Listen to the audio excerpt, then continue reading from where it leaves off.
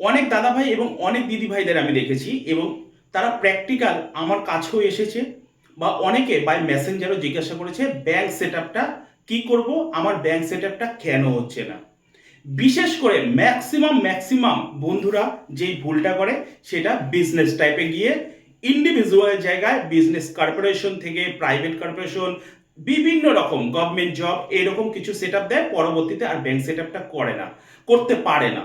তো আপনাদের প্রত্যেককে একটাই কথা বলবো, ঘাবড়ানোর কোনো বিষয় নেই, ধীরে ধীরে করুন। বিজনেস টাইপে ইন্ডিভিজুয়াল এইটা মনে রাখবেন।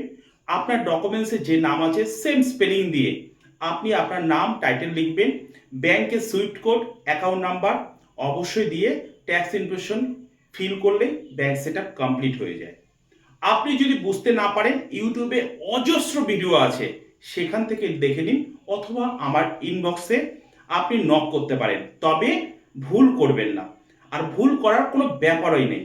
আপনার পেজ অথবা আইডি যেখানেই কাজ করেন, যাই নাম থাকুক কোনো ব্যাপার না, শুধু ব্যাংক সেট আপের ক্ষেত্রে আপনার ডকুমেন্টস অনুযায়ী নাম, address, mobile number, email ID এগুলো পারফেক্টলি দেবেন, তাহলেই হয়ে যাবে।